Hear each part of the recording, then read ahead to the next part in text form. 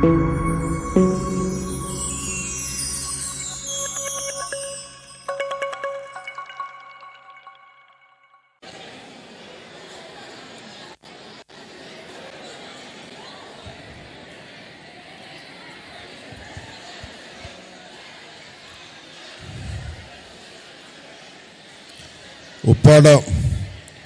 కొత్తపల్లి మండలం నుంచి ఉప్పాడ కొత్తపల్లి వెంకటతిప్ప వాగతిప్ప అమీనాబాద్ కొండవరం నుంచి వచ్చిన ఆడపడుచులకి అక్కచెల్లెలకి తల్లులకి మహిళలకి ప్రతి ఒక్కరికి జ్యోతుల శ్రీనివాస్ గారి నుంచి నా తరపు నుంచి ఉదయ్ గారి తరపు నుంచి మీ అందరికీ నా హృదయపూర్వక నమస్కారాలు. బాబు నువ్వు కూర్చోమ్మా.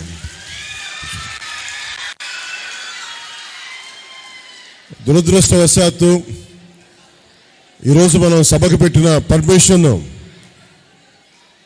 ఇంకా ఇవ్వలేదు. ఇంకా పర్మిషన్ మనకి ఇంకా దానివల్ల కొంచెం ప్రత్యేకమైన పరిస్థితుల్లో నేను మాట్లాడకూడదని ఆంక్షలు ఉన్నాయి నాకు. మనం పర్మిషన్ పెట్టినా కానీ ఇంకా పర్మిషన్ రాలేదంటే సభకి. సో అందుకని నాకు ఈ సభా వేదికలు ఇచ్చిన డాక్టర్ జ్యోతుల శ్రీనివాస్ గారికి, మన జనసేన పిఠాపురం ఇన్ఛార్జ్ గారికి, ఉదయ్ శ్రీనివాస్ గారికి ధన్యవాదాలు తెలుపుకుంటూ, ఇంకొక రోజు మధ్యలో ఒక 4 రోజుల తర్వాత ఇంకొక రోజున మనం కలుసుకుందాం. ఎలక్షన్ కమిషన్ ప్రతినిధులందరూ కూడా నాకు ఒకటే చెప్పారు, ఇక్కడ పర్మిషన్ ఇంకా రాలేదు, మీరు పెట్టిన పర్మిషన్ ఇంకా ఖరారు అవ్వలేదు, ఇంకా ఫైనలైజ్ చేయలేదని చెప్పి మీటింగ్ని దయచేసి పొలిటికల్ మీటింగ్గా చేయొద్దు అని మాట్లాడారు.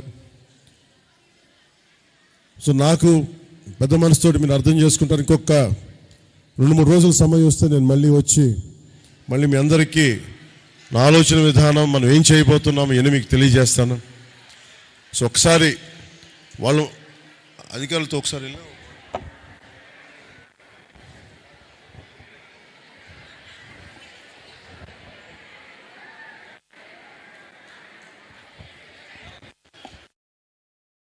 నేను ఒకటే చెప్పదలుచుకున్నా, ఒక వాక్యంతో.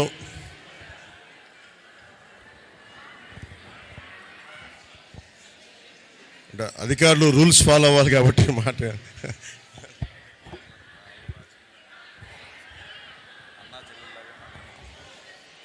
మనకి పర్మిషన్ లేదు కాబట్టి కుటుంబ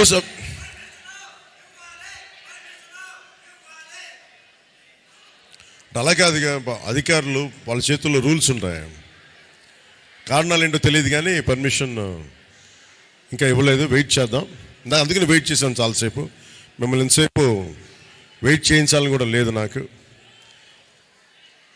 గుండె లోతులోంచి టన్నుల కొద్దీ మాటలు ఉన్నాయి. ప్రేమను పంచుకోవాలనుంది, బాధల్ని పంచుకోవాలనుంది, మీ కష్టాలను తెలుసుకోవాలనుంది. సో వీటన్నిటినీ ఇంకొక రోజు ఏర్పాటు చేసుకుంటాను. ఒకటే చెప్తున్నాను అన్నిటికీ, మన ఊరిని, మన పిఠాపురాన్ని స్వస్థలం చేసుకుంటున్నాను.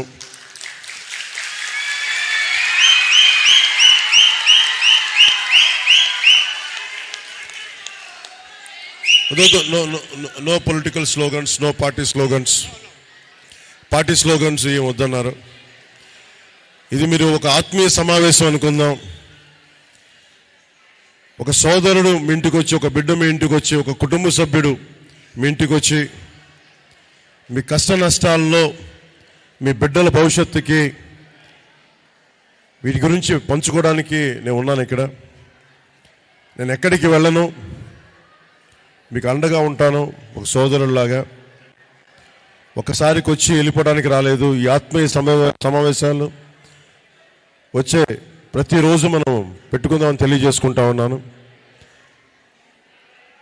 ఇంకొకసారి పర్మిషన్ తీసుకొని మరి ఇచ్చిన పర్మిషన్ మనం 48 గంటల క్రితం ఇచ్చినా కానీ ఇంకా రాలేదని చెప్తా ఉన్నారు, ఇంకా అప్రూవ్ చేయలేదని చెప్తా ఉన్నారు. కారణాలు ఏంటో ఒకసారి నేను కూడా వెతికి చూసి దీన్ని సరిచేస్తాను. పర్మిషన్ ఎందుకు రాలేదో నాకు తెలియట్లేదు. ఒకవైపు మనం అన్ని పర్మిషన్స్ వచ్చినాయి, కానీ ప్రత్యేకించి మన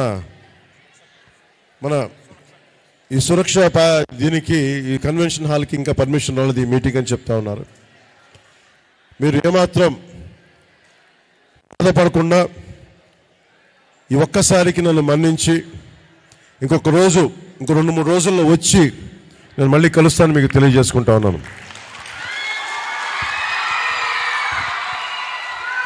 ఇంట్లో వాడిని ఆడపడుచులు, తల్లులు, అక్క చెల్లెలు కాకుండా ఎవరు అర్థం చేసుకుంటారు?